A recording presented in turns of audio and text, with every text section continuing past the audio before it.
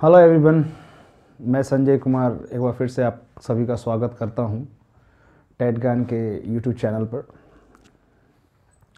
पिछले वीडियो में हम लोगों ने लिसनिंग और स्पीकिंग के थ्योरीज़ के बारे में पढ़ा था। आज हम उससे संबंधित सीटेट में आए हुए सभी प्रश्नों को यहाँ पर डिस्कस करेंगे, खास करके जो लिसनिंग और स्पीकिंग से संबंधित है। अगली वीडियोस में आप रीडिंग से संबंधित, फिर इस तरह से राइटिंग के संबंधित क्वेश्चंस को डील करते हुए देखेंगे। देखिए, लिसनिंग के बारे में मैंने आपको पहले बता रखा था कि लिसनिंग जो है कुछ प्रकार है, उसके कुछ मटेरियल है। Extensive listening, intensive listening, critical listening, इन सभी के बारे में हम लोगों ने चर्चा किया है पिछले वीडियो में। आइए आगे चलते हैं। ये हैं आपके सामने है previous year questions of CTET related to listening skill. खास करके लिसनिंग स्किल से संबंधित ही क्वेश्चंस है। इसमें हम लोगों ने कोशिश किया है, वी हैव ट्राइड कि आप तक जितने भी क्वेश्चंस पहुंचा सके वो कैटेगरीज में हो। जैसे लिसनिंग स्किल के क्वेश्चन अलग, स्पीकिंग, रीडिंग, राइटिंग के क्वेश्चंस अलग हों, एनसीएफ के क्वेश्चंस अलग हों, प्रिंसिपल्स ऑफ टीचिंग ग्रामर के क्वेश्चंस अलग हों, मेथड्स एंड अप्रोचेस के क्वेश्चंस अलग हों, सब सेपरेट तरीके से हो ताकि आप आसानी से डील कर सके। चलिए तो हम शुरू करते हैं आज लिसनिंग स्किल के पहले क्वेश्चंस के साथ। पहला है, टू आंसर द ट्रू और false question below you only need to listen first 5 minute. देखिए, आपको कह रहा है कि एक आंसर ट्रू और फॉल्स का देना है, जिसके लिए आपको सिर्फ शुरू के 5 मिनट ही सुनने हैं। You have to listen only 5 minutes, but feel free to listen to the whole lecture and let us know what you think. आपसे ये क्या पूछ रहा है? ये पूछ रहा है कि आपको ट्रू और फॉल्स का जवाब देना है, जिसमें आपको शुरू के कुछ समय ही आपको ध्यान से सुनना है, उसके बाद आप फ्री हैं। तो वो किस प्रकार की लिसनिंग होगी? देखिए, पिछली क्लास में हमने बताया था कि एक्सटेंसिव लिसनिंग वो लिसनिंग होती है जो प्लेजर के लिए की जाती है। इसमें आपको किसी भी प्रकार के टास्क को पूरा करने की ज़रूरत नहीं होती है। आप थोड़ी देर सुनते हैं, उसके बाद फिर ना भी सुने तो भी काम चल जाता है। तो यहाँ पर आपके पास ऑप्शन है एक्सटेंसिव लिसनिंग, प्री, पोस्ट और वाइल। इंटेंसिव का तो कोई जवाब ही नहीं है, ऑप्शन ही नहीं है। इसलिए इसका जो सही जवाब है वो है एक्सटेंसिव लिसनिंग। इसका जो सही जवाब है वो एक्सटेंसिव लिसनिंग है। ये क्वेश्चंस आपके प्रीवियस ईयर्स में आ चुका है, ठीक लीजिए। चलिए हम लोग अब चलते हैं आगे वाले क्वेश्चंस पे। While listening means stage. While listening means stage. देखिए, एक तो होता है प्री, एक होता है पोस्ट, एक होता है वाइल। प्री का मतलब हो गया बिफोर, पहले जो इंट्रोड्यूस करने के लिए होता है, प्रीव्यू के लिए होता है। वाइल लिसनिंग जब हम किसी लिसनिंग के टास्क को पूरा करते हैं, कंप्लीट करते हैं। और पोस्ट का मतलब हो गया कि उसके ऊपर एक क्रिएटिव काम करना, क्विज करना, क्वेश्चनिंग आंसरिंग में तब्दील करना, अपने इंटरेस्ट के बारे में बताना, किसी पर्टिकुलर कैरेक्टर के बारे में बताना। तो ये सब जो है वो पोस्ट में चला जाता है। तो यहाँ पर आपसे पूछ रहा है कि आप बताइए while listening means stage. While listening का मतलब क्या होता है? आइए चारों ऑप्शन पढ़ते हैं। When a listening activity is introduce, जब किसी प्रकार के लिसनिंग एक्टिविटी को इंट्रोड्यूस किया जाता है, क्या हम उसे कहते हैं? When students are listening for pleasure, क्या जब students just only for pleasure के लिए सुन रहा होता है तब? या फिर when students are listening to a recording of natural conversation, जब वो कोई नेचुरल कॉन्वर्सेशन को सुन रहा है तब जो रिकॉर्ड किया हुआ है वो? या फिर where the students attempt a listening task, क्या वहां जहां पर बच्चा किसी कार्य को पूर्ण कर रहा है सुनने के बाद? आपका सवाल था कि वाइल लिसनिंग का क्या होगा। तो वाइल लिसनिंग का अब सही जवाब जो है आपके पास है 4th number, where the students attempt a listening task. वहाँ जहाँ पर स्टूडेंट अपने लिसनिंग टास्क को पूर्ण कर रहा होता है, उसे हम लोग कहते हैं व्हाइल लिसनिंग। ठीक है ना। अब हम आगे क्वेश्चन देखते हैं। Receptive language skills. जब हम लोगों ने नेचुरल स्किल्स स्टार्ट किया था तो मैंने आपको बताया था कि नेचुरल सीरीज जो होते हैं वो LSRW होते हैं, जिन्हें दो भागों में बांट दिया जाता है, एक प्रोडक्टिव स्किल और एक रिसेप्टिव स्किल्स। प्रोडक्टिव स्किल्स में हम लोगों ने बताया था कि स्पीकिंग और राइटिंग होते हैं, और रिसेप्टिव में लिसनिंग और रीडिंग होता है। उसी के ऊपर एक सवाल आया हुआ है कि रिसेप्टिव लैंग्वेज स्किल्स आर, आपको बताना है कि कौन सा है। पहला है writing in a range of styles, जब किसी चीज़ को हम बहुत रेंज में लिख रहे हैं, स्टाइल में कर रहे हैं तब। या फिर listening and reading for information, जब हम लिसनिंग और रीडिंग कर रहे हैं जानकारी के लिए। या being able to self correct while using language, अपने आप को लैंग्वेज का इस्तेमाल करके करेक्ट करना। या यूजिंग ग्रामेटिकल स्ट्रक्चर्स एक्यूरेटली, या फिर ग्रामर के स्ट्रक्चर्स को एक्यूरेटली इस्तेमाल करना। ठीक है ना। अब आपके पास 4 ऑप्शंस है, आप आसानी से जवाब लगा सकते हैं। ये अभी मैंने आपको बताया था कि रिसेप्टिव स्किल्स में कौन कौन काउंट होते हैं भाई, तो लिसनिंग और रीडिंग होते हैं। The right answer is second. ठीक है। आगे चलते हैं हम लोग अपने अगले क्वेश्चंस पे। 4th नंबर है लिसनिंग स्टिमुलस। एक लिसनिंग स्टिमुलस का क्या तात्पर्य होता है? लिसनिंग को उत्साहित करना, मोटिवेट करना, यही सब होता है लिसनिंग स्टिमुलस। क्या होता है? पहला बता रहा है present and information gap activity such a giving directions. आपको बताना है जब आप किसी इंफॉर्मेशन की गैप एक्टिविटीज़ का इस्तेमाल करते हैं, गैप दे दे करके, क्या वो होगा? या फिर is listening to a good commentary to review it, क्या एक अच्छी कमेंट्री को सुनना ताकि आप इसको रिव्यू कर सके। या फिर enables students to discuss a set of criteria which they prioritize to complete and present a task. Students को enable students to discuss a set of criteria को डिस्कस करने के लिए योग्य बनाएं, which they prioritize to complete, जिन्हें motivate किया जाता है कि उस टास्क को पूरा करे और प्रेजेंट करे टास्क में। या present input to separate group of students who gather again to share what they listen। या फिर present input to a separate groups, एक सेपरेट ग्रुप्स ऑफ स्टूडेंट्स बनाए और जो कि who gather again to share, जब वो फिर दोबारा इकट्ठा होकर के अपनी जानकारियों को शेयर करें जो उन्होंने सुना है। क्या इनमें से थोड़े थोड़े आपको कोशिश करना चाहिए कि जो मोस्ट एप्रोप्रिएट आंसर होता है उसे पिक किया जाए। तो इसका जो सही जवाब है वो है present and information gap activity which, माफ कीजिएगा, सच एज गिविंग डायरेक्शंस। जब हम इंफॉर्मेशंस में गैप रखते हैं तो लिसनिंग की जो स्टिमुलस होते हैं, लिसनिंग का जो इंटरेस्ट होता है वो बहुत ज़्यादा इंक्रीज़ होता है उसे पूर्ण करने के लिए।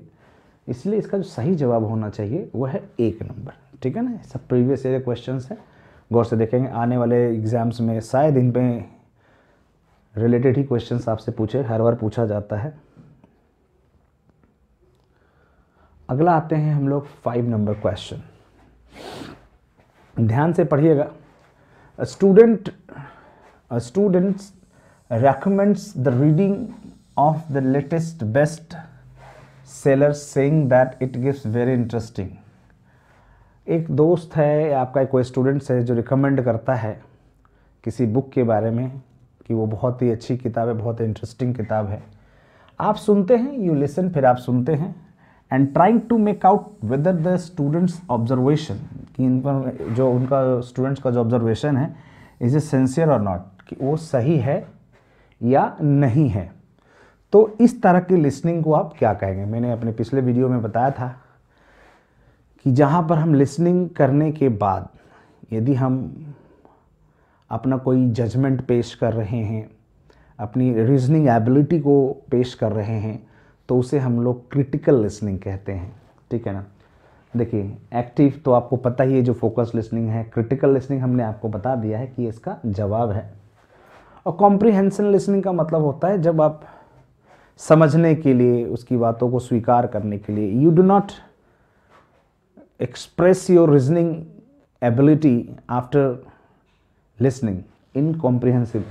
कॉम्प्रिहेंशन में आपको ऐसा नहीं करना होता। Whatever said to you, you just believe and you do it. But when you go through the critical listening, so in critical listening you just discriminate the statement which was said to you, जो आपसे कहा जाता है। इसीलिए यहाँ पर देखिए उसने क्या बोला है कि whether the student's observation is sincere or not, वो उसको क्या करता है, मेक आउट करता है, बाहर निकालता है कि वो सही है या नहीं है। इसलिए the right answer will be critical। ठीक है ना। आगे आते हैं 6 नंबर क्वेश्चन पे चलते हैं हम लोग। A teacher can develop listening skill in English way. एक टीचर है, लिसनिंग स्किल्स को कैसे डेवलप कर सकता है, बेहतर कर सकता है। इन चारों ऑप्शंस में आपको बेस्ट बताना होगा। सही आप देखते हैं अब क्या होगा कि फोकसिंग, कह रहा है कि focusing only on listening skills without associating it with other language skills. दूसरा कह रहा है making the learners listens to everything they hear passively. तीसरा कह रहा है creating opportunities for them to listen to a variety of sources and people and engage in listening activities. और fourth number में है speaking to them continuously both within the classroom and outside. अब now we have 4 options. अब हम इसमें से कैसे बेहतरीन लिसनिंग कर सकते हैं, उसके लिए हमें करना क्या होगा। लिसनिंग को बेहतर करने का है कि आप बच्चों को बहुत सारे एक्टिविटीज़ से पढ़ाएं, इंगेज रखें उनको उनमें से। तो what I think the right answer is 3rd number, creating opportunities for them to listen to a variety. Creating कीजिए, अपॉर्चुनिटीज़ को आप बनाइए फॉर देम, उनके लिए, to listen to a variety of sources, बहुत सारे सोर्सेस के साथ, और उनको इंगेज कीजिए इन लिसनिंग एक्टिविटी। तो ये आपका सही जवाब। कभी कभी क्या होता है कि हम जल्दी में जवाब दे देते हैं, नहीं, जल्दी में नहीं देना चाहिए। थोड़ा बड़ा ऑप्शन हो तो थोड़ा पढ़ लेना चाहिए। ठीक है ना। तो ये आपका सही जवाब है 3 नंबर। हम आगे चलते हैं। अगला है 7 नंबर क्वेश्चन। थोड़ा सवाल बड़ा सा है। कह रहा है develop a resource box for class 1। Class 1 का एक रिसोर्स बॉक्स बनाना है, डेवलप करना है। Teacher gives 3 instruction to each students. Teacher जो है वो अपने हर स्टूडेंट्स को ईच स्टूडेंट्स को इंस्ट्रक्शन देता है regarding which items are to be put. कौन कौन सा आइटम उसे रखा जाना चाहिए। जैसे कि उन्होंने कहा कि आप उसमें पपेट्स रखें, पीसेस ऑफ कलर्ड फैब्रिक रखें, ब्रशेस रखें, स्टेंसिल्स रखें, कलर पेंसिल्स रखें, स्मॉल टॉयज रखें। ये सब वो टीचर इंस्ट्रक्ट कर रहा है कि आप रखें। अब स्टूडेंट फॉलोज इंस्ट्रक्शन। अब स्टूडेंट्स उन सारे इंस्ट्रक्शंस को फॉलो करता है भाई। तो अब ये एक्टिविटी क्या कह सकते हैं, क्या नाम देंगे हम। पहला बोल रहा है listening to a natural conversation between teacher and student. ये एक टीचर और स्टूडेंट के बीच का एक नेचुरल कॉन्वर्सेशन है। या listening to a speech which is semi scripted. एक ऐसा स्पीच सुन रहे हैं जो अपने आप में क्या है, सेमी स्क्रिप्टेड है, पूर्ण रूप से कंप्लीट नहीं है। या फिर listening with concentration for a specific information needed for a task. या फिर लिसनिंग करना है बहुत ही ध्यानपूर्वक, ताकि जो स्पेसिफिक इंफॉर्मेशन जरूरी है टास्क को पूरा करने के लिए वो सुना जा सके। या फिर stage in a listening session when a listener completes a task. आप एक लिसनिंग सेशन बनाइए और वहाँ से लिसनर को के टास्क को पूरा करें। ये है आपके 4 ऑप्शंस। देखिए, आपको मोस्ट एप्रोप्रिएट आंसर्स को क्लिक करना चाहिए। तो इसमें जो मोस्ट एप्रोप्रिएट सही आंसर होगा वो होगा 3 number, listening with the concentration for a specific information needed for a task. यदि वो इन्फॉर्मेशन को बहुत ज़्यादा केयरफुली नहीं सुन रहा है तो क्या होगा, वो टास्क पूरा नहीं कर पाएगा। तो 7 नंबर का जो सही जवाब है वो आपका 3 नंबर है। 8 नंबर क्वेश्चन में आते हैं हम लोग। What are some of feature of good listening task. आपको बताना है कि कौन सा ऐसा टास्क है, कुछ ऐसे फीचर्स होंगे गुड लिसनिंग टास्क के पूरा का। पहला ऑप्शन कह रहा है inexpensive to administer for a large number of students, या फिर has a variety of tasks to be chosen from by students, या फिर simple and easily completed in a large class। थोड़ा मटेरियल की बात कर रहा है, सिंपल और इजीली देने की कह रहा है। अब give clues and supports completion of the task. आप उनको थोड़ा क्लूज दीजिए एंड सपोर्ट्स, उनको सपोर्ट कीजिए ताकि वो टास्क को पूरा कर सके। आपको अब देखना है कि आप क्या सही जवाब होता है इसका। तो इसमें जो है तो सब टास्क ही, लेकिन what are the some of the feature of good listening task. Task तो ठीक है but the most appropriate answer will be 4th नंबर। 4 नंबर इसका सबसे मोस्ट एप्रोप्रिएट आंसर है कि clues and supports completion of the task. आप उसको क्लू दीजिए और उसके टास्क को पूरा कीजिए, सपोर्ट कीजिए उनका, वो अच्छी लिसनिंग करेंगे। ठीक है ना। आगे आते हैं 9 नंबर क्वेश्चन आते हैं। A short text is read aloud. एक छोटा सा टेक्स्ट है जो जोर से पढ़ा जाता है। Then students visualise what the passage describe. फिर स्टूडेंट जो है वो विजुअलाइज करता है कि क्या टास्क कह रहा है। देन फिर उसके बाद दे टेल द टीचर, फिर वो अपने टीचर से कहते हैं अबाउट दियर विजुअलाइजेशन। अपनी जो विजुअलाइज उन्होंने किया है, जो दृश्य उन्होंने अपने आप में बनाया है, वो उसको बताते हैं। और ड्रॉ अ पिक्चर, फिर वो एक पिक्चर बनाते हैं। द एक्टिविटी, इस तरह के एक्टिविटी से एस स्टूडेंट्स का, आप स्टूडेंट से क्या दर्शाता है, स्टूडेंट का क्या दर्शा रहा है। क्या एबिलिटी टू ड्रॉ वेल, या फिर एक्यूरेसी इन इंटरप्रिटेशन, या फिर स्पीकिंग विद क्लैरिटी, या लिसनिंग कॉम्प्रिहेंशन। अब देखिए, यदि कोई स्टोरी को जोर से पढ़ा गया है और स्टूडेंट उसको सुनता है, सुन रहा है, इसका मतलब है कि वो समझ रहा है। समझने के बाद ही वो अच्छा विजुअलाइजेशन होगा, तभी वो अच्छा ड्रॉ आउट कर पाएगा। तो what I think the right answer will be listening comprehension. ये लिसनिंग कॉम्प्रिहेंशन हो रहा है। इसमें लिसनिंग जो है वो बहुत पूर्ण रूप से समझा गया है, तभी वो विजुअलाइज कर रहा है और बेहतर तरीके से ड्रॉ आउट कर पा रहा है। इसलिए 9 नंबर का क्वेश्चन होगा 4th। अब 12 नंबर क्वेश्चन देखते हैं। अ गुड लिसनिंग कैन, आपको बताना है इसमें से कौन सा अच्छा लिसनिंग हो सकता है।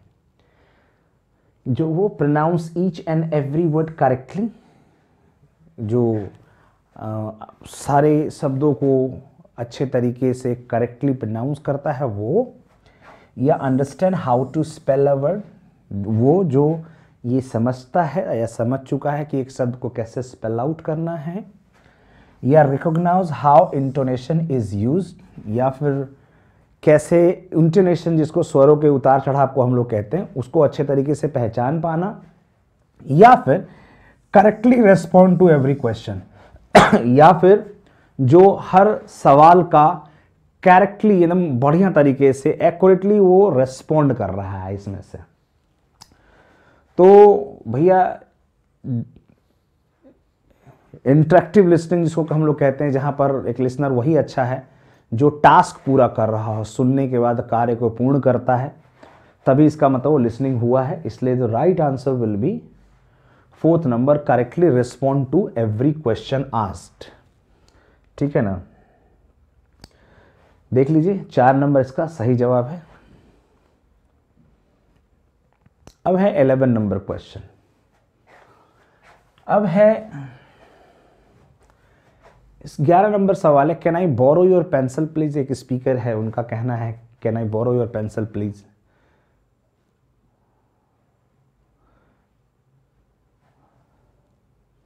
दूसरा स्पीकर कहता है व्हाई नॉट, क्यों नहीं। तो ड्यूरिंग दिस एक्सचेंज, इस एक्सचेंज के दौरान, वाइल एसेसिंग स्टूडेंट्स स्पीकिंग और listening skill, marks would be deducted. यानी इस लिसनिंग और स्पीकिंग का जो एक्टिविटी चल रहा है, क्या इनमें से आप किसी के मार्क्स काटेंगे या नहीं काटेंगे।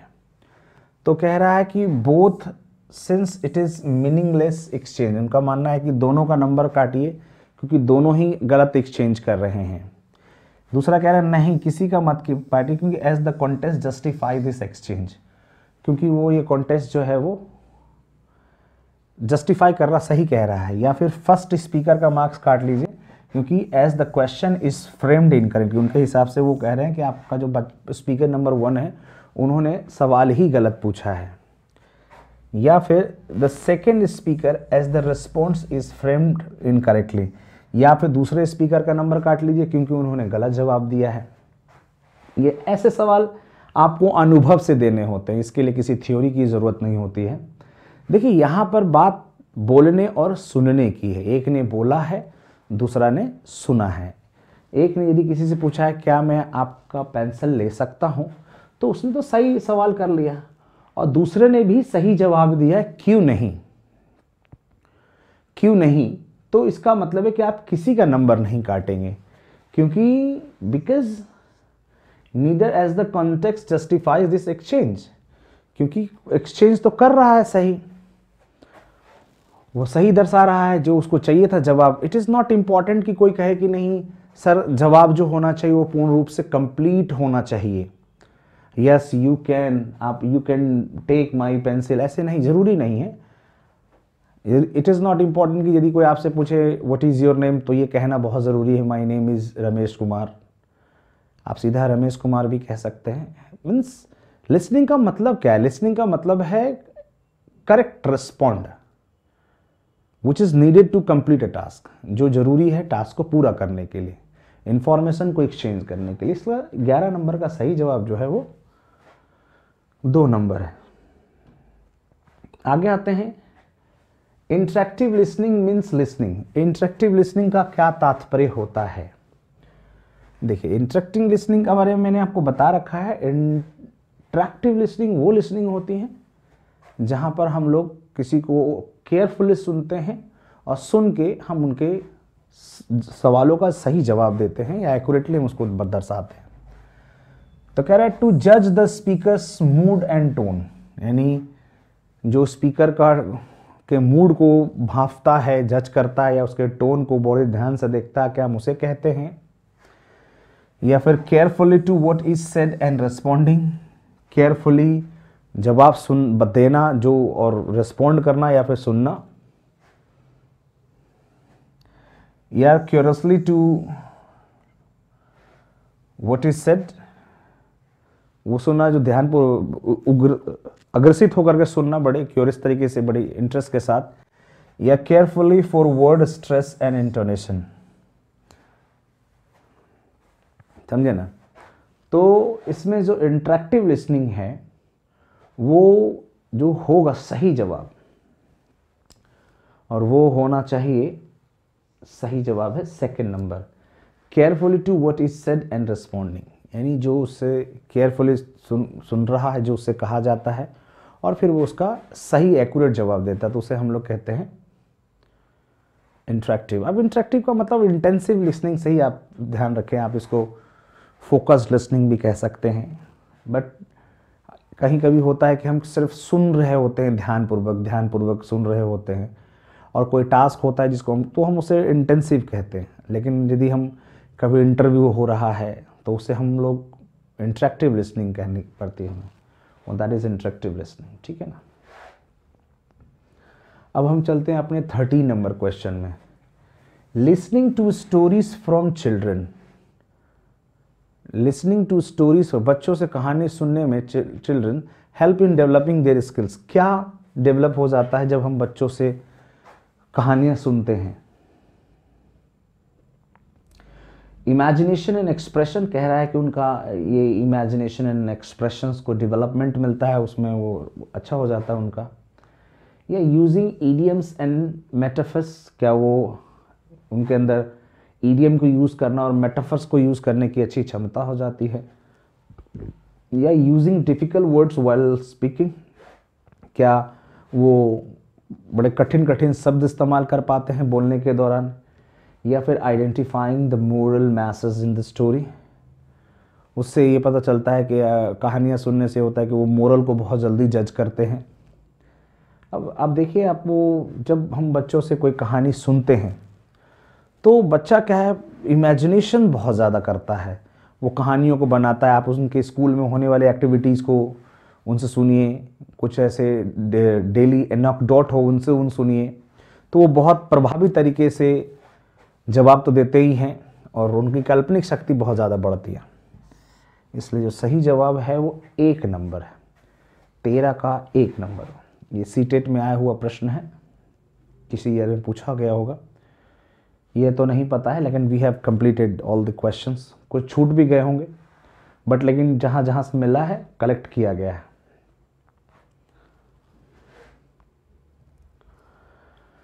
अब now 40 number question, listening to a good speaker helps a learner. यदि एक स्टूडेंट एक अच्छे स्पीकर को सुन रहा होता है, जो बढ़िया बोल रहा होता है, सब कुछ एवरीथिंग इज़ फाइन, उससे सुन रहा है तो क्या फ़ायदा मिलेगा। जवाब आपके सामने है, कह रहा है कि इन अवॉइडिंग कम्युनिकेशन एरर्स। फिर जब वो बच्चा बोलेगा तो उसका कम्युनिकेशन जो एरर होगा वो कम होगा या ख़त्म हो चुका होगा। या in developing his psychomotor skill, यदि ऐसे स्पीकर गुड स्पीकर को सुनेंगे तो उनका साइकोमोटर स्किल डेवलप हो जाएगा। या इन इम्प्रूविंग हिज और हर हैबिट फॉर्मेशन, उनकी आदतें बदल जाएगी। या in making him or her selective listener, और वो सेलेक्टिव लिसनर बन जाएंगे। ठीक है ना। तो इसका जो सही जवाब होना चाहिए, that should be is the first one, in avoiding communication error. कि आपका जब हम एक अच्छे स्पीकर को सुनते हैं या सुनेंगे तो उसमें बहुत सारे बेनिफिट्स हो सकते हैं, जैसे कि उसके ग्रामर्स अच्छे होंगे, उसके प्रोनाउंसिएशन स्किल अच्छे होंगे, तो बच्चा वहाँ से ग्रैस्प कर सकता है good knowledge in the beginning. लेकिन वही यदि द ट्रेनर है, जो one who is a teaching, जो पढ़ा रहा है, उसके खुद की ग्रामर स्किल ख़राब है या खुद की प्रोनाउंसिएशन स्किल ख़राब है, तो उस परिस्थिति में वो स्टूडेंट जो सुनेगा उसे, वो थोड़ा उसके प्रोनाउंसिएशन उसमें सीख सकता है, वो उसका ग्रामर सीख सकता है जो कि इनकम्प्लीट है या फिर इनकरेक्ट है, तो वो प्रभावित करता है स्टूडेंट्स को। इसलिए listening to a good speaker, एक स्पीकर को, अच्छे स्पीकर को सुनने से यही फ़ायदा है कि इन अवॉइडिंग कम्युनिकेशन एरर्स में कमी आ जाती है। अगला है लिसनिंग कॉम्प्रिहेंशन इज। जो लिसनिंग है वो कौन सा स्किल है, क्या वो प्रोडक्टिव स्किल है, क्या वो हियरिंग स्किल है, क्या वो रिसेप्टिव स्किल है, क्या वो क्रिएटिव स्किल है। ठीक है ना। अब देखना यहाँ है कि प्रोडक्टिव स्किल, तो देखिए हमने आपको शुरू में बताया था LSRW जो होता है वो 2 भागों में बढ़ता है, एक रिसेप्टिव होता है और एक प्रोडक्टिव होता है। ठीक है ना। तो लिसनिंग को हम लोगों ने रिसेप्टिव स्किल के अंतर्गत रखा था, कोई बहुत बड़ा टफ का क्वेश्चंस नहीं है ये। ठीक है ना। हम अपने अगले क्वेश्चंस की ओर चलते हैं। A teacher of class 5th is practicing interactive listening. 5वीं क्लास का बच्चा है, टीचर ऑफ क्लास 5th, 5वीं क्लास का टीचर है, और क्या प्रैक्टिस चल रही भाई, इंटरेक्टिव लिसनिंग की प्रैक्टिस चल रही है in the class. She should focus on, उसको इंटरेक्टिव लिसनिंग की यदि क्लास चल रही है तो टीचर को किस बात पे फोकस करना चाहिए, ये पूछ रहा है सवाल। कह रहे हैं कि listening to word stress and intonation, क्या सुनना है, वर्ड पे जो स्ट्रेस हो रहा है वो सुनना है, और उसके इंटोनेशन यानी जो स्वरों में उतार चढ़ाव हो रहा है वो सुनना है, या फिर लिसनिंग टू दी प्रोनाउंसिएशन, उनके उच्चारण को सुनना है, या सुनना है और उनके रिस्पॉन्डिंग को ध्यान रखना है, या listening and observing speakers attitude, listener के लिसनिंग सुनना और ऑब्जर्विंग स्पीकर्स एटीट्यूड, जो टीचर स्पीकर्स है उसके नज़रियों को ऑब्जर्व करना। अब आपके सामने ये सवाल है। तो जब वो इंटरेक्टिव लिसनिंग की जहाँ पर बात आ जाती है वहीं पर हम लोग लिसनिंग और रिस्पॉन्डिंग का आंसर लगाना शुरू कर देते हैं, इसलिए सही जवाब जो है वो आपका 30 नंबर क्वेश्चन होगा।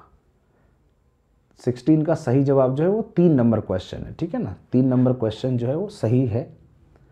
60 नंबर क्वेश्चन का सही जवाब 3 है, मार्क कर लीजिएगा, ठीक है ना। ये भी प्रीवियस ईयर में आया हुआ क्वेश्चन है।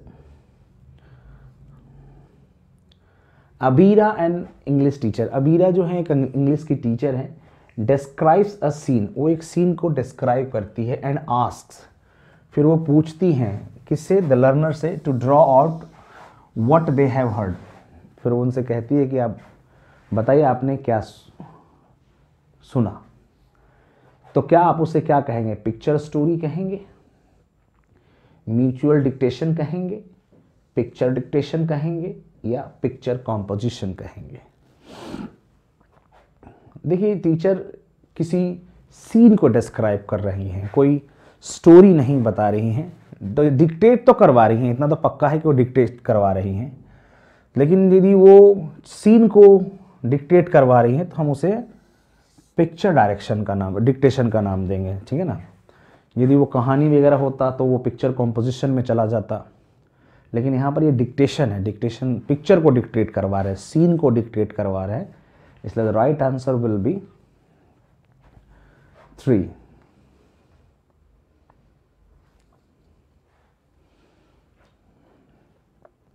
फिर से वही सवाल है लिसनिंग स्टिमुलस की। अब देखिए ये दोबारा से सीटेट में पूछा गया है, बट इसके ऑप्शंस इस बार थोड़े बड़े बड़े कर दिए हैं, लेकिन हम पता है वही है कि पिछले सवाल में क्या देखा था कि लिसनिंग स्टिमुलस का मतलब होता है when we provide gap listening activity, समझे ना। गैप लिसनिंग एक्टिविटी जब करवाते हैं तो वो हम लोग ज़्यादा बेहतर उनकी लिसनिंग कर सकते हैं। तो उसके ऊपर दोबारा सवाल पूछा है, a listening stimulus is a listening to a good commentary to review it, वो है कि आप एक अच्छे कमेंट्री को सुन रहे हैं और फिर उसके ऊपर रिव्यू दे रहे होते हैं, या फिर enables students to discuss a set of criteria that they prioritise to complete and present a task, या फिर presents an information gap activity such as giving direction, या फिर presents input to separate groups of students who gather again to share it. देखिए इस बार तो उन्होंने option भी एकदम सेम टू सेम रखा है, सही जवाब जो है वो 3 नंबर है। ये पिछले क्वेश्चन से आप इसको टैली कर सकते हैं, ठीक है ना। जब ये सवाल आया था, यदि आप देखना चाहें तो मैं आपको दिखा सकता हूँ, ये था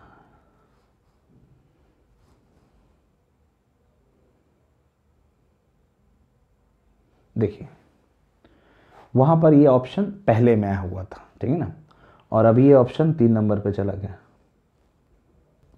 ठीक है ना। तो ये हो गया आपका 18 नंबर क्वेश्चन।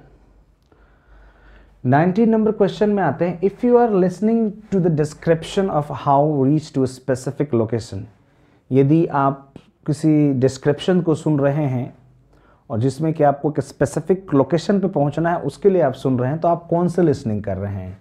क्या आप कैजुअल लिसनिंग कर रहे हैं, फोकस लिसनिंग कर रहे हैं, इंटेंसिव लिसनिंग कर रहे हैं, या फिर वो एक्सटेंसिव लिसनिंग कर रहे हैं।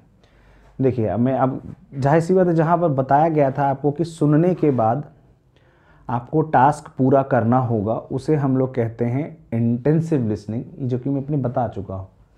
तो जो सही जवाब है वो है आपका इंटेंसिव लिसनिंग, ठीक है।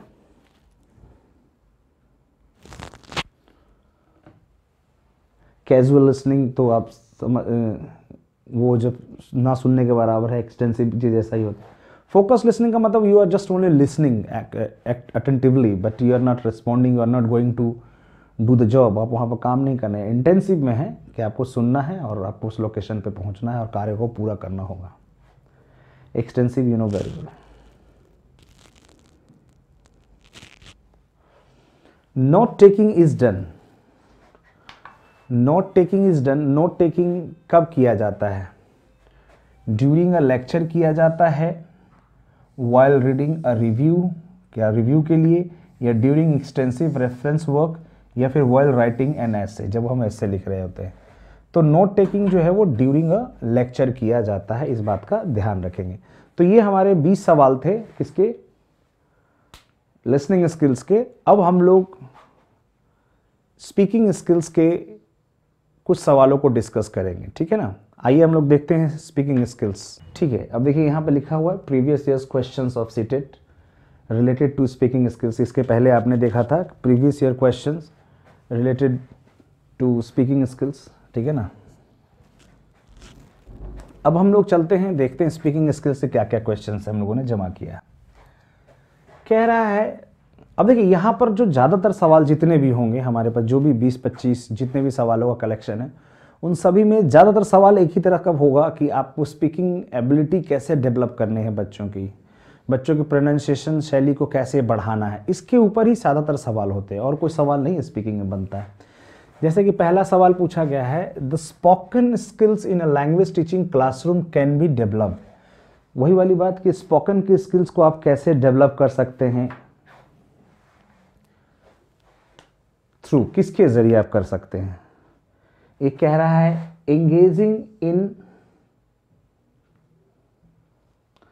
engaging in small talks as confident aggressive learners, उनको एक स्मॉल टॉक में बनाना और कॉन्फिडेंट बनाना, एग्रेसिव लर्नर्स बनाना, या इमोशनली कनेक्टिंग विद लर्नर्स, आप लर्नर्स के साथ इमोशनली कनेक्ट हो जाइए, या फिर enabling activities with a focus on conversation skills leading to communicative competency, या फिर ग्रुप एक्टिविटीज, आप group activities where learners can talk in whichever language they would like to.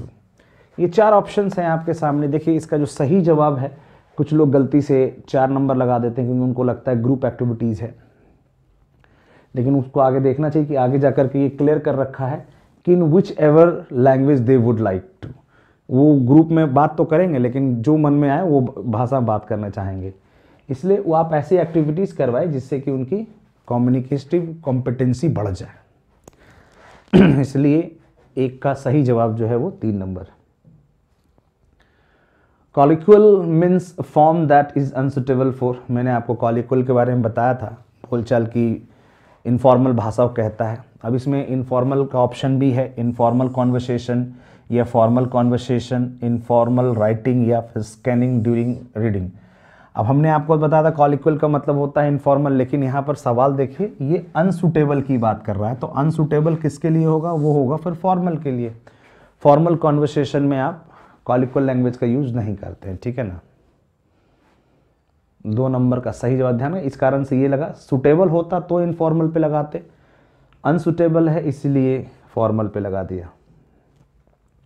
The main purpose of using oral drill, जब हम oral drill करवा रहे हैं बच्चों से तो मेन पर्पस क्या होता है? ओरल ड्रिल का मतलब जब टीचर बोल रहा है, बच्चों से बोल रहा है, बच्चा टीचर से बोल रहा है, तो वो ड्रिलिंग ओरल कहलाती है। तो क्या रीज़न है, क्या पर्पस है? To improve pronunciation and accuracy, क्या एक्यूरेसी और प्रोनाउंसिएशन को बेहतर करने के लिए किया जाता है, या to enhance the speaking skill of learners, क्या लर्नर्स के स्पीकिंग स्किल्स को बढ़ाने के लिए किया जाता है, या to improve the retentions capacity of learners, या फिर to assess comprehension skill of learners. जो ओरल ड्रिल किया जाता है वो मेनली किसके लिए किया जाता है? वो किया जाता है प्रोनाउंसिएशन के लिए और एक्यूरेसी के लिए। इस बात का ध्यान रखेंगे। ओरल ड्रिलिंग जो क्लास में होती है वो ज़्यादातर इन्हीं दोनों के लिए किया जाता है। इसलिए 3 नंबर का जो सही जवाब है वो 1 नंबर है, ठीक है ना। 5 number question, which of the following is best suited for improving the speaking skills of learners के कौन सा तरीका है आप जिससे कि बहुत अच्छे तरीके से स्पीकिंग सिखा सकते हैं। इन्होंने ऑप्शन दिया है reading a prose and drama aloud, आप प्रोज और ड्रामा को अलाउड कीजिए, ओरल लैंग्वेज ड्रिल करवाइए, या फिर debate and group discussion followed by role play, या फिर रिसाइटेशंस ऑफ पोइट्री। अब देख लीजिए आपके पास सही ऑप्शन कुछ लोग होते हैं ओरल लैंग्वेज ड्रिल, तो ओरल लैंग्वेज ड्रिल से बेहतर जो जवाब है वो है 3 number, debates and group discussion followed by role play. जब भी रोल प्ले का जिक्र आ जाए समझ जाइए कि वो सबसे शानदार जवाब है स्पीकिंग को डेवलप करने का, उसमें लिसनिंग और स्पीकिंग दोनों होते हैं, इसलिए सही जवाब जो है वो 3 नंबर है। 6 नंबर में आते हैं, speaking skills can be best developed by enabling the learners to. Speaking skill को बेहतर डेवलप किया जा सकता है निम्नलिखित में से, avoid all errors while speaking, बोलने के दौरान कोई भी एरर्स को इग्नोर कर दीजिए, read challenging and difficult text, या communicate in real life situation, या listen to the model provided by the teacher. इसका जो सही जवाब है वो है 3 नंबर।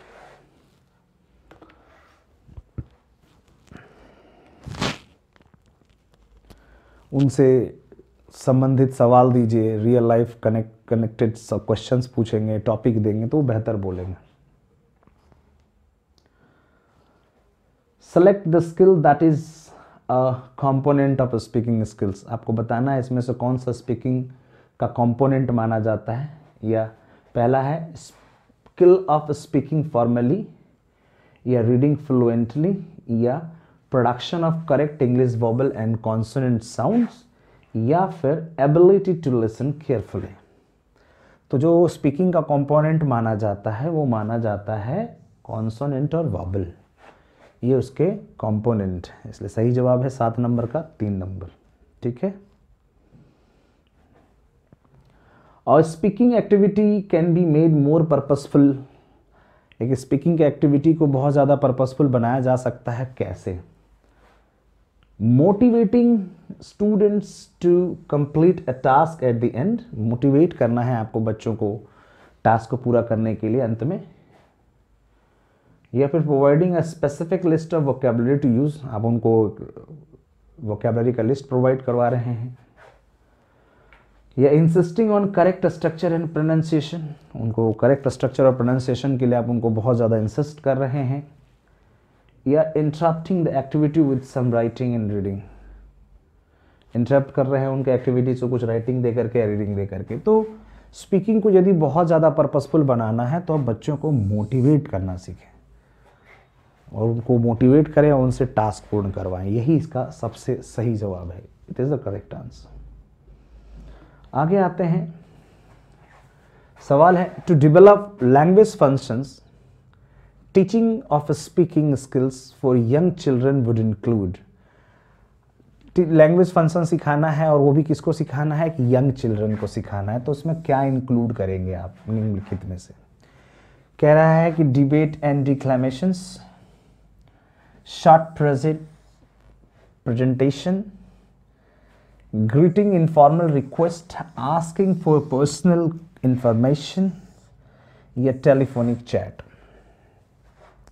इनमें से किस यंगर चिल्ड्रन को सिखाना है, इसलिए इसमें जो सही जवाब होगा वो होगा आपका ग्रीटिंग्स, अभिनंदन, इनफॉर्मल रिक्वेस्ट करवाना, asking for personal question.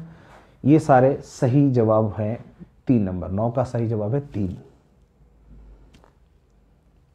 Which activity, अगला सवाल है which activity best supports to practice of speaking skills. कौन सी एक्टिविटी सबसे बेहतर मानी जाएगी जिसमें इंग्लिश स्पीकिंग की प्रैक्टिस हो? Individually students read a case study and draft a response, पहला नंबर ऑप्शन ये कह रहा है। दूसरा कह रहा है student tell their version of a story based on some hints and apply it to problem solving situation. या फिर students independently research a topic and present a formal report. या फिर teacher giving purposeful dictation by integrating it with a spoken activity. The right answer जो होगा, जो इसका practice of speaking skills को सुधारेगा, वो है आपका second number. Student tell their version of a story based on some hints and apply to problem solving situation. ठीक है ना, ये इसका सही जवाब है. आगे चलते हैं हम लोग. The teacher and students discuss a topic and the farmer starts the conversation by asking a question. Then the students respond by giving example and explanation. The speaking assessment here is to grade how well students. आपको इसमें बताना है कि teacher student discuss कर रहा है और farmer starts conversation, फिर कन्वर्सेशन होने लगता है बाय आस्किंग क्वेश्चन, सवालों के द्वारा.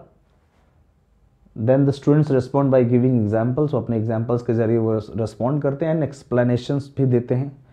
तो क्या है ये? सही जवाब देना है आपको. पहला ऑप्शन कह रहा है आपसे, कह रहा है एक्सप्रेस देमसेल्व्स, या respond in an appropriate tone and express themselves fluently and accurately, या speak fluently and creatively, process information and respond appropriately. देखिए, दो ऑप्शन ज़्यादा करीबी हो सकते हैं कि ये हो 2 नंबर 1 3 नंबर, ज़्यादा करीबी आंसर है. But the right answer will B 3, speak fluently and creatively. देखिए 2 नंबर में थोड़ा डाउट ये हुआ इसलिए कि respond in an appropriate tone, एक एप्रोप्रिएट टोन में जवाब देना, जबकि यहाँ पर क्या चल रहा है, डिस्कशन बात चल रही है, स्पीकिंग एबिलिटी की बात हो रही है. तो यहाँ पर शायद स्टूडेंट जो है क्रिएटिव तरीके से अपने आप को एक्सप्लेन करके दिखा रहा है, इसलिए जो मोस्ट उससे बेहतर सही जवाब जो है वो 3 नंबर है. 3 नंबर नहीं होता 2 नंबर पे लगा सकते थे. फिलहाल आपको 3 नंबर पे ही लगाना है. अगला है, one of the sub skills that is assessed for speaking would be. One of the sub skills that is assessed for speaking would be. पहला बोल रहा है spell common frequently, use words correctly. दूसरा है listening actively and responding to others in small and large group situation, या फिर understanding and responding in a paragraph to literary works, या फिर using appropriate volume, clarity and gestures in individual और group situations. अब देखिए आपके पास जो इसका सब स्किल है स्पीकिंग का, वो होता है क्या, वॉल्यूम, क्लैरिटी, जेस्चर. ये है इसका सही जवाब. ये दीज आर दी सब स्किल्स ऑफ स्पीकिंग. ये स्पीकिंग के सब स्किल्स होते हैं. अच्छी वॉल्यूम, क्लैरिटी, जेस्चर का मतलब होता है फेशियल एक्सप्रेशंस की बात है, उसकी बात कर रहा होता है. How can you get shy students to speak when they do not want. आप कैसे उन बच्चों से कैसे फेस करेंगे जो बच्चा शाई है, शर्मीला है और वो बोलना नहीं चाहता है. कह रहा है give a list of words with meanings to learn and use. List, word का लिस्ट दे दीजिए और उनके मीनिंग और उनको लर्न करने के लिए कहा जाए. या फिर conduct special classes to practise speaking. उन लोगों के लिए एक स्पेशल क्लास रख दी जाए जहां वो प्रैक्टिस कर सके. या फिर don't put pressure on them, उनके ऊपर कभी प्रेशर ना डालें आगे आने के लिए. या फिर चौथा कह रहा है change the topic to suit the students ability. Students की एबिलिटी को जो सूट करता है उसके अनुसार टॉपिक आप रख दीजिए. तो सही जवाब जो है वो 2 नंबर है कि जब कोई स्टूडेंट शाई फील कर रहा है तो आप उनको मोटिवेट कीजिए, एक स्पेशल क्लासेस दीजिए, रेमेडियल क्लासेस दीजिए. शाई करने के पीछे रीज़न ये हो सकता है कि लैक ऑफ इन्फॉर्मेशन हो, लैक ऑफ आइडियाज़ हो, लैक ऑफ नॉलेज हो, या फिर लैक ऑफ मोटिवेशन हो. तो उन चीज़ों को आप एक स्पेशल क्लास में कंडक्ट करके उनको प्रोवाइड कराएं, फिर उनको रेगुलर क्लासेस में, जनरल क्लासेस में रखें. आपको टॉपिक चेंज करने की ज़रूरत नहीं है. टॉपिक चेंज करेंगे तो फिर जो टॉपिक लिया जाएगा हो सकता है वो दूसरों के लिए मुश्किल हो. समझे ना. इसका सही जवाब जो है, most appropriate answer is second. 14 number, if student is making pronunciation errors. यदि एक स्टूडेंट है प्रोनाउंसिएशन की गलती कर रहा है, the best way to help, आप उसकी कैसे सहायता करेंगे। कह रहे हैं call his her parents and complain, आप उनको माता पिता को बुला लीजिए और फिर उनको कंप्लेन कर दीजिए। Scold him or her in class for incorrect pronunciation, class में ही आप उसको डांटना शुरू कर दीजिए, ये कह रहा है। Mock at him or her class for incorrect pronunciation, आप उनके ऊपर मजाक, उनका उपहास उड़ाए, उनको मजाक उड़ाए उनका। या फिर provide him or her with correct pronunciation without any humiliation, आप उनको बिना किसी लज्जित किए हुए, शर्मिंदा किए हुए उनको एक करेक्ट प्रोनाउंसिएशन प्रोवाइड करवाएं। तो जाहिर सी बात है सही जवाब जो है वो 4th नंबर हो जाएगा। That is the 4th answer, the right answer is 4th। आगे आते हैं नेक्स्ट क्वेश्चंस की ओर। The primary objective of using role play is, कि प्राइमरी ऑब्जेक्टिव क्या है रोल प्ले का। कह रहे हैं to promote the reading habit, क्या रीडिंग हैबिट को प्रमोट करना है। To improve the communication competency, बोलने में सहजता लाना है। टू डेवलप एक्टिंग टैलेंट, क्या उसके एक्टिंग के टैलेंट को बड़ा डेवलप करना है। या to evaluate dialogue writing skill, क्या ये 4th number, to evaluate dialogue writing skill. तो इसका जो सही जवाब है वो है 2nd number, to improve the communicative competency. मैं आपको सवाल पढ़ने के 3 या 4 सेकंड के बाद जवाब दूंगा ताकि आप खुद नज़र जल्दी से भाप लें कि क्या हो सकता है जवाब। ठीक है ना, पढ़ना है सवाल आपको और जवाब पहले आपका ही आना चाहिए दिमाग में। Shreya teacher of class 4th, Shreya class 4th की टीचर है। And ask the learners to complete the dialogue in the given box, box में कुछ इनकम्प्लीट डायलॉग से उनको पूरा करने के लिए कहती हैं। देन टू रोल प्ले, फिर कहती है कि आप इसका रोल प्ले करके दिखाइए। The same using their dialogues, जो डायलॉग्स उन्होंने बनाया था। तो शी इज़ डेवलपिंग, वो क्या डेवलप कर रही हैं, क्या बच्चों के सारे स्किल्स को डेवलप कर रही हैं, लिसनिंग, स्पीकिंग, रीडिंग, राइटिंग, या खाली लिसनिंग एंड स्पीकिंग को डेवलप कर रहे हैं। क्या रीडिंग एंड राइटिंग को डेवलप कर रहे हैं या स्पीकिंग एंड राइटिंग को डेवलप कर रहे हैं। इसमें से जब टीचर ने ऐसी एक्टिविटीज़ करवाया हो तो आपको सोचना चाहिए कि क्या करवाया गया है। अब जाहिर सी बात है रोल प्ले किया गया है तो लिसनिंग और स्पीकिंग तो डेवलप किया ही है, लेकिन मैम ने पहले डायलॉग्स पूरा करवाया है। डायलॉग्स को पूरा करने के लिए पहले बच्चों को रीड करना होगा, रीड करने के बाद फिर उसको राइट करना होगा, लिखना होगा। इसलिए इसका जो सही जवाब है वो 1 नंबर है कि उसको सारे के सारे स्किल्स को मैम डेवलप करा रही हैं, इसलिए सही जवाब है 16 का 1। 18 नंबर में आते हैं इन लर्निंग अ लैंग्वेज, जब लैंग्वेज को लर्न करते हैं तो students taking time should be increase, जो उनका समय है वो इंक्रीज कर दिया जाता है या हो जाता है, तो क्यों, ऐसा क्यों होता है। क्या इसलिए कि teacher feel relaxed and while students are talking, मतलब टीचर बड़े मज़े से रिलैक्स कर रहे होते हैं जब बच्चा बात कर रहा होता है। या फिर they enjoy spending time talking with their friends, क्या वो अपने दोस्तों के साथ बात करने में समय स्पेंड करते हैं।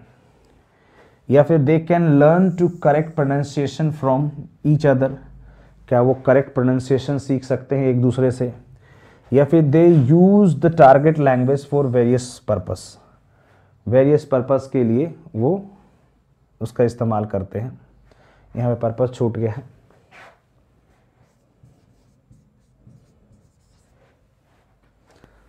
Well, the right answer will be 4th। समय इसलिए ज़्यादा लग जाता है कि वो कुछ लैंग्वेज, टारगेट लैंग्वेज के बहुत सारे पर्पसों को क्लास के अंदर डील कर रहे होते, इसलिए समय सीमा बढ़ जाता है कभी कभी। तो 17 का सही जवाब है 4 number. Role play is an activity for promoting, role play किसको प्रमोट कर रहा है होता है, क्या लिसनिंग को, क्या राइटिंग को, या स्पीकिंग एंड लिसनिंग दोनों को, या फिर असेसमेंट को। तो रोल प्ले जो है जिसमें क्या इंप्रूव होता है भाई, क्या प्रमोट होता है, everybody knows that is speaking and listening, वो स्पीकिंग और लिसनिंग को प्रमोट करता है। आगे के क्वेश्चंस को देखते हैं। Communicative competency is the ability to, आप किसे कह सकते हैं कम्युनिकेटिव कॉम्पिटेंसी, यानी बोलने की सहजता किस क्या कहलाता है, कैसे होना चाहिए। वो जो यूज़ लैंग्वेज फ्लुएंटली, वो जो लैंग्वेज को एकदम धारा प्रवाह इस्तेमाल करता है, उसे हम लोग कम्युनिकेटिव कॉम्पिटेंसी कहेंगे। या फिर जो यूज़ ग्रामेटिकली करेक्ट इंग्लिश, जो करेक्ट इंग्लिश का इस्तेमाल कर रहा है, उसे कहेंगे। या use language in a different situation, क्या हम उसे कहेंगे जो अलग हर तरह के डिफरेंट सिचुएशन में लैंग्वेज यूज़ कर लेता है।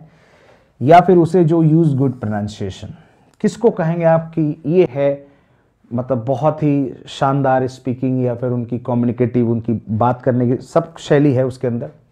तो what I feel the right answer will B वो, उन्हीं को हम कम्युनिकेटिव कॉम्पिटेंट कह सकते हैं जो लैंग्वेज को किसी भी परिस्थिति में या डिफरेंट सिचुएशंस में इस्तेमाल कर लेता हो, उसे हम लोग कहते हैं। ठीक है ना। आगे चलते हैं 20 number. As a language teacher your most important, यदि आप लैंग्वेज के टीचर हैं तो आपका मोस्ट इंपॉर्टेंट रोल क्या है? क्या to complete the syllabus in time, समय पर सिलेबस को पूरा करवाना आपका काम है। या to develop the ability of children to use language, develop करना है ability to children and use language, ताकि वो लैंग्वेज को यूज़ कर सके।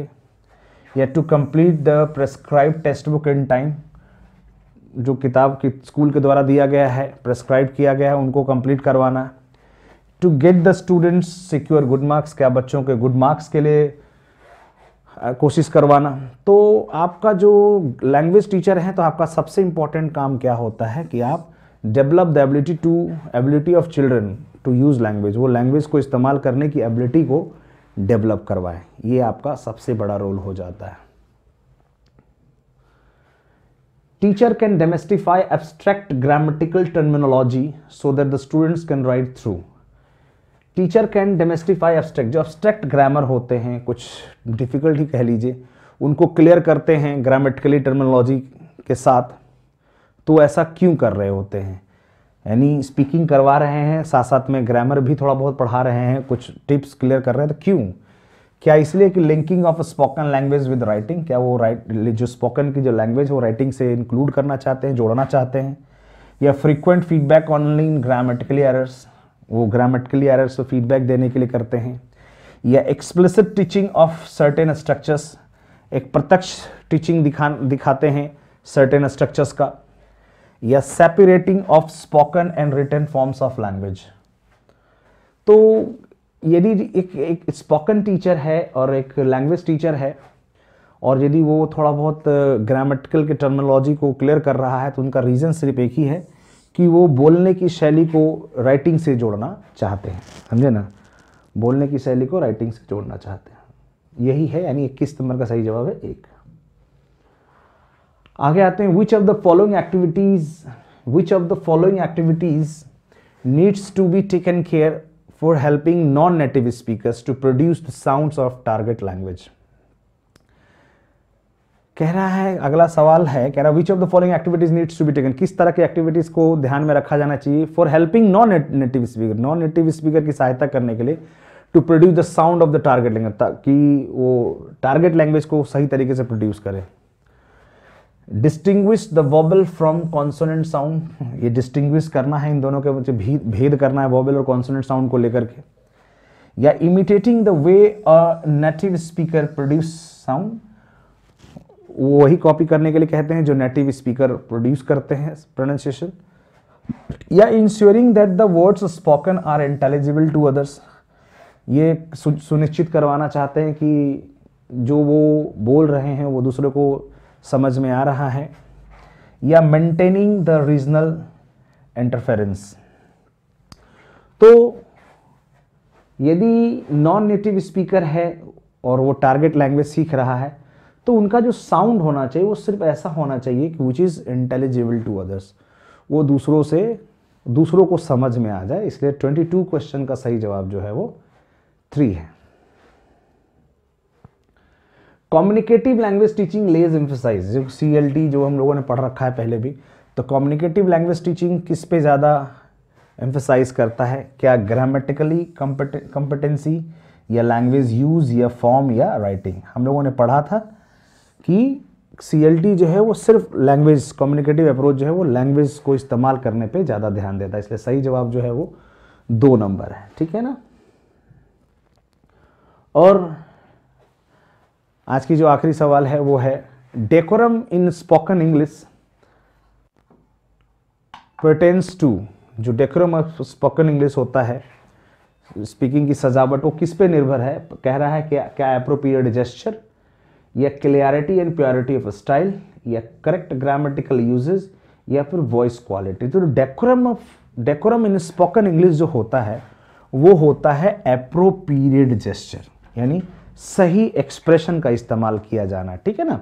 तो 24 का सही जवाब जो है वो 1 नंबर है। तो इस वीडियो में हम लोगों ने लिसनिंग के और स्पीकिंग के आए हुए सवाल जो प्रीवियस सीटेड एग्जाम्स में पूछे गए उन पे डिस्कस किया है, और आप इन्हें गौर से देखें। इन्हीं सवालों के आधार पर आगे के क्वेश्चंस भी तैयार किए जाएंगे। अगली वीडियो में हम लोग रीडिंग से संबंधित क्वेश्चंस होंगे, उस पर डिस्कस करेंगे। फिर उसके आने वाले वीडियोस में राइटिंग और पूरे पेडागोजी में जितने भी सवाल क्वेश्चंस आज तक पूछे गए हम लोग सभी उस पर डिस्कस करेंगे। कुछ संभावित क्वेश्चन पे भी डिस्कस करेंगे। इसलिए वीडियोस को देखते रहे, टेट ज्ञान के यूट्यूब चैनल को देखते रहे हमेशा, ठीक है ना।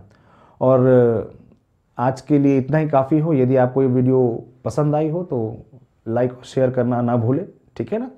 आज के लिए इतना, धन्यवाद।